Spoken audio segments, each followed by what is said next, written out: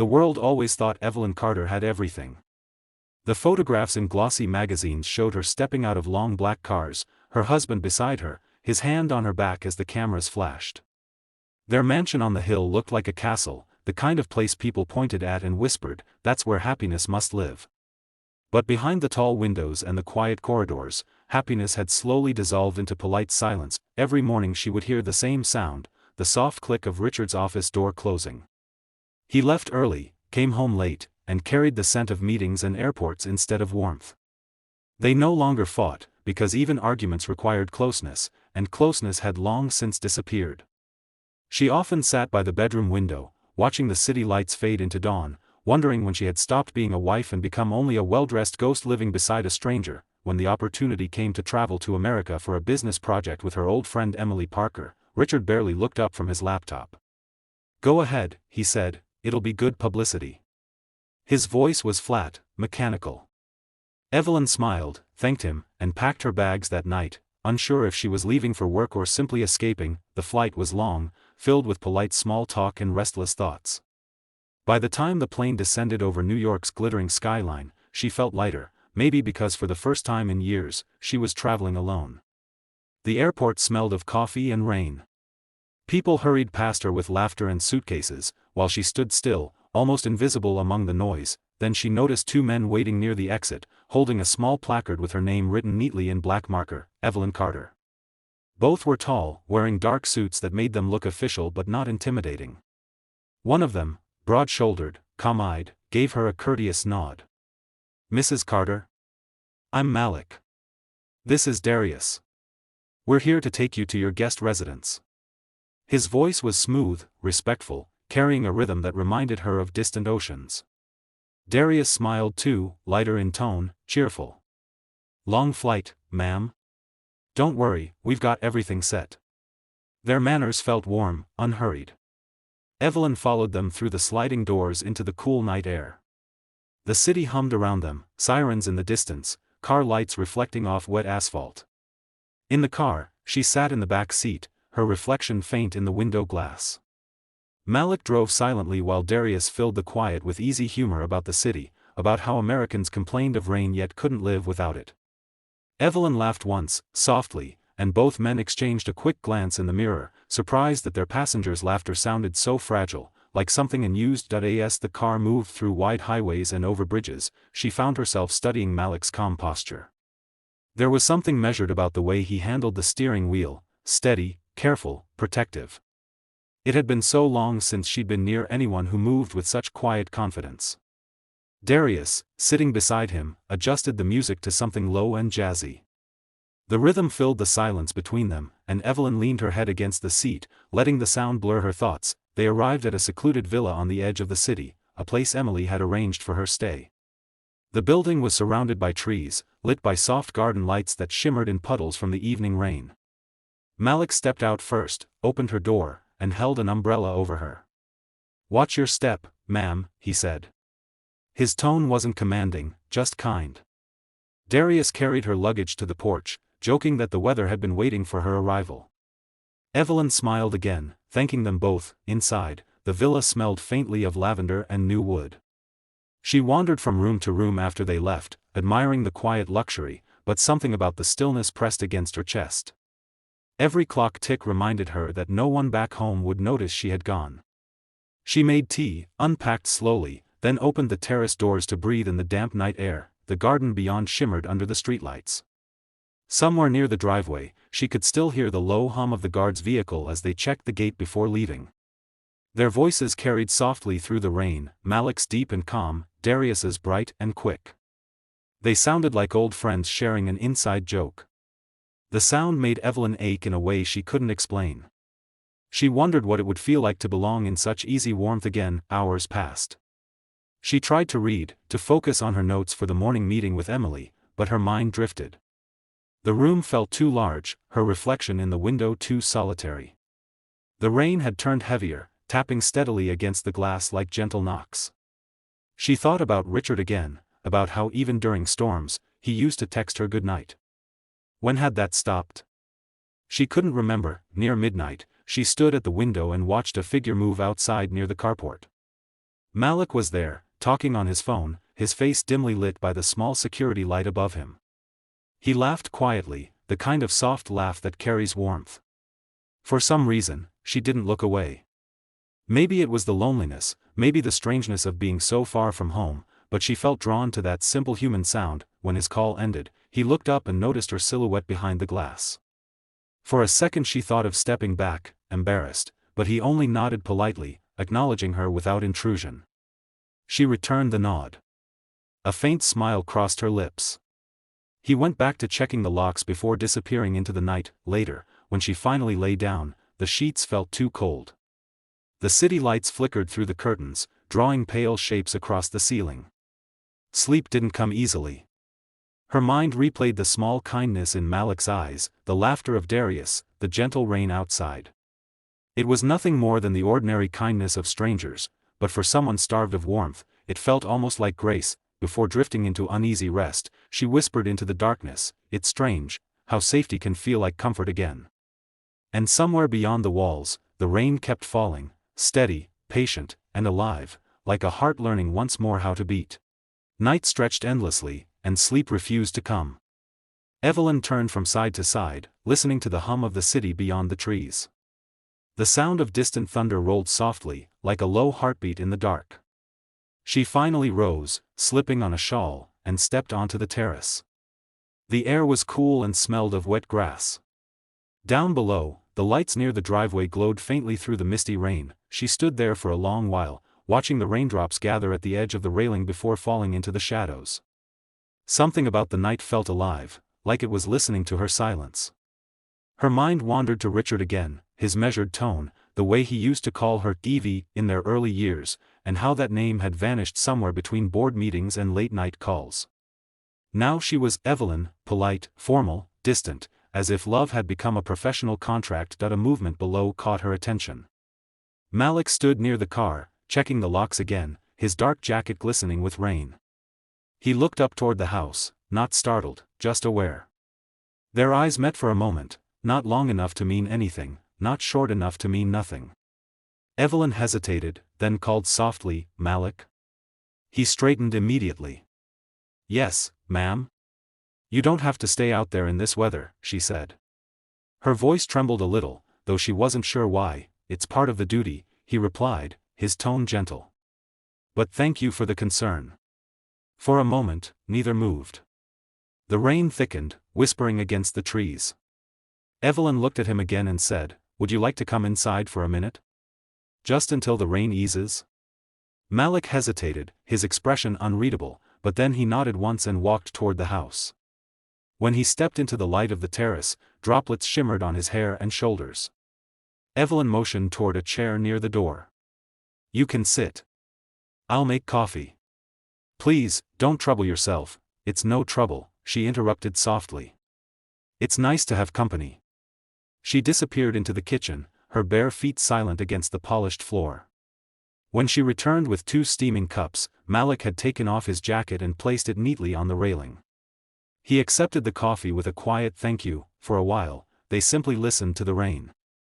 The only light came from the small lantern near them, flickering gold against the darkness. Evelyn sipped her coffee slowly, feeling the warmth slide down like something human. "Do you miss home?" she asked finally. Malik smiled faintly. "Every day. My mother writes me letters, old-fashioned, you know. She doesn't trust phones. She says words should live on paper." Evelyn smiled. "That's beautiful." "She always ends her letters the same way," he continued.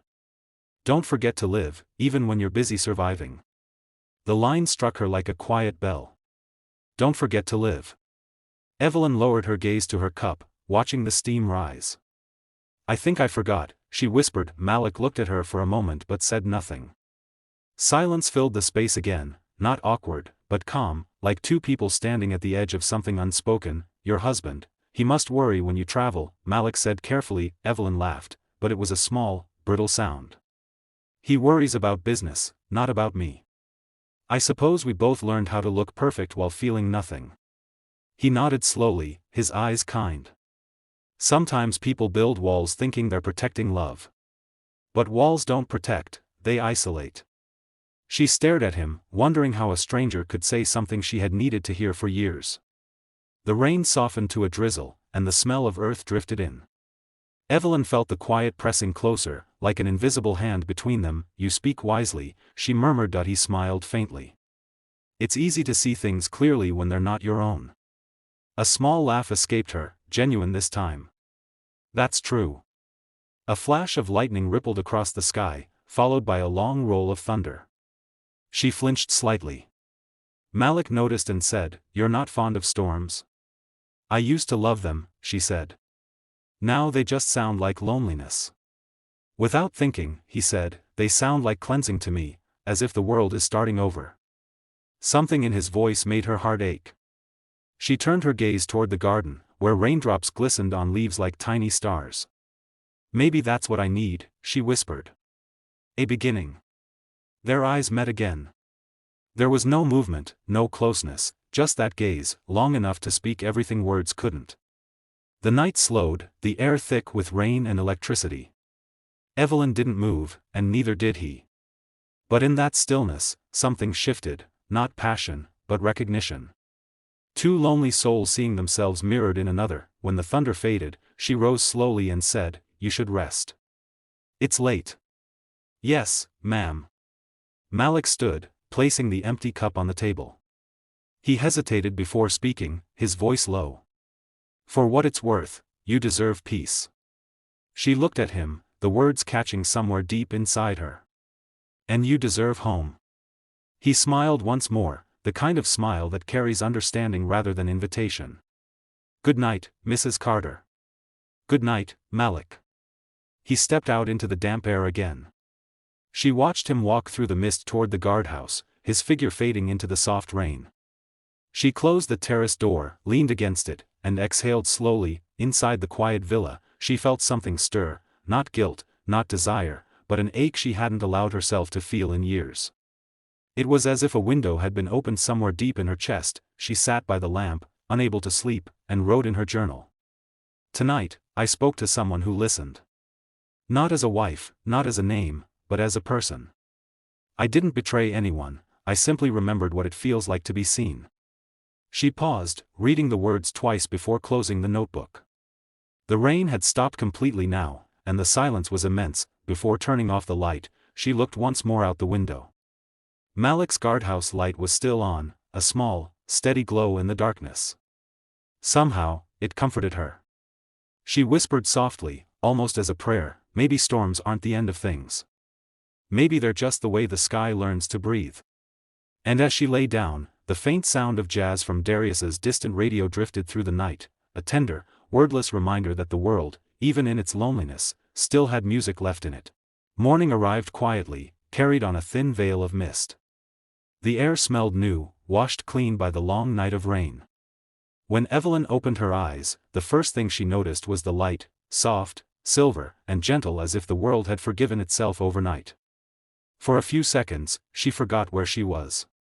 The room, the silence, the faint echo of jazz that still lingered in her memory, it all blurred together into a strange kind of calm. She sat up slowly, the sheets cool against her skin, and looked toward the window. Outside, the garden shimmered with dew. Drops clung to the roses like tiny beads of glass. Somewhere, a bird called once, then again, as if reminding her that the day had begun. Evelyn watched it for a long time before finally standing. Her reflection in the mirror caught her attention, not the expensive robe, not the perfectly arranged hair, but the softness in her face. Something had changed, almost imperceptibly. She looked alive. There was color in her cheeks, a warmth she hadn't seen in years. And with that realization came another, guilt, quiet but undeniable. The memories of the night before played softly in her mind. The conversation on the terrace, the way Malik's words had reached places she didn't even know were still awake. There had been no wrong touch, no secret act, only truth, but sometimes truth itself feels like betrayal when you've lived too long in silence. She spent the morning preparing for her meeting with Emily. The casual laughter of her old friend, the discussions about design proposals and marketing plans, it all felt distant, like background noise. Evelyn nodded when needed, smiled when expected, but inside she was somewhere else entirely, wandering between confusion and clarity. By afternoon, she was ready to return home. The trip had been short, almost meaningless on paper, yet it had opened something deep within her, a door she hadn't realized she'd locked. When the car arrived, Malik stood by the passenger door, just as professional and composed as always. Darius waved cheerfully from the driver's side. "Good to see you again, ma'am. Hope the meeting went well." Evelyn smiled. "It did. Thank you both." As they drove toward the airport, the world outside glowed golden beneath the late sun. The road sparkled from last night's rain, reflecting light like 1,000 tiny mirrors. Inside the car, silence lingered, but it wasn't awkward. It was peaceful, a kind of quiet that comes when two people understand there's nothing left to say. Halfway through the journey, Malik finally spoke. "Did you find what you came for, Mrs. Carter?" She looked at him, uncertain. "I'm not sure I even knew what I was looking for." He nodded, his eyes still on the road ahead. "Sometimes we only recognize what we're missing when we step away from it." Evelyn gazed out the window, her thoughts heavy and light all at once. "Maybe I wasn't missing my husband," she said softly. "Maybe I was missing myself." Malik smiled faintly. "Then perhaps this trip wasn't a loss." She didn't reply. The airport signs began to appear, bright, sterile, modern. Her chest tightened as they neared the entrance. It wasn't love, she told herself. It wasn't longing either. It was something deeper, something wordless, the sadness of connection found too late. When the car stopped, Darius hopped out and began unloading her luggage. Evelyn turned to Malik. For a long moment, they just looked at each other, two people who had shared a night of understanding, nothing more, nothing less. That he spoke first. "Take care, Mrs. Carter."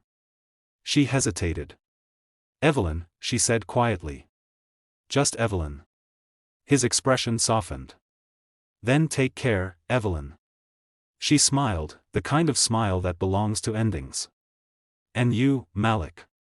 I hope you go home soon, where someone writes you letters again." He gave a small nod, the kind that says everything words can't. "Maybe someday." Then she turned and walked away, her heels clicking softly on the pavement. She didn't look back. The automatic doors closed behind her, sealing the space where a small piece of her story would forever remain. The flight home felt longer. Outside the window, clouds moved like slow tides, endless and white. Evelyn stared at them until her eyes blurred. Somewhere over the ocean, she pulled out her notebook again and began to write. "I didn't fall in love. I remembered love that I didn't betray him. I rediscovered myself. Sometimes the heart only needs to be heard, not touched." When she landed, Richard was waiting at the arrival's gate. That surprised her. He hadn't done that in years. He looked tired, older than she remembered, but when their eyes met, he smiled, a small, uncertain smile, as if trying to recall how. "You're home," he said. "Yes," she replied. "I am." The drive back to their mansion was filled with polite conversation, nothing deep, nothing dramatic. But Evelyn noticed things, the way he asked if she was tired, how he reached to adjust the air conditioning, small gestures she'd long stopped expecting. Maybe he, too, had felt her absence. Maybe something had shifted quietly in the silence between them. That night, after unpacking, she stood by her own window again, the same view she had watched so many lonely mornings. The city lights glowed like distant fireflies. She could almost smell the rain, though the sky was clear. Somewhere far away, a memory flickered, Malik's calm voice, the sound of rain, the warmth of coffee shared between strangers. It no longer hurt. It simply existed, folded neatly in the quiet of her heart. She whispered to the night, "Thank you." Not to him, not to anyone in particular, but to the moment itself, for showing her that she was still capable of feeling. When Richard entered the room, she turned and smiled. It was small, but it was real. He seemed surprised, then smiled back, uncertain yet hopeful. Evelyn walked toward him, touched his arm lightly, and said, "It's been a long time since we sat together. Maybe we should talk." He nodded slowly. "I'd like that." And so, they sat, not as strangers, not quite as lovers, but as two people who might still find their way back. Later, as the house fell quiet, Evelyn opened her journal one last time before sleeping. She wrote, "Sometimes life gives you a moment that never becomes a story, just a truth the night in America didn't change who I was. It reminded me that love isn't about possession or perfection, that it's about being awake, even for a heartbeat. She closed the notebook, turned off the lamp, and let the soft rhythm of her own breathing carry her into rest. Outside, the first stars shimmered faintly through the clouds, silent witnesses to a woman who had finally come home, not just to her house, but to herself.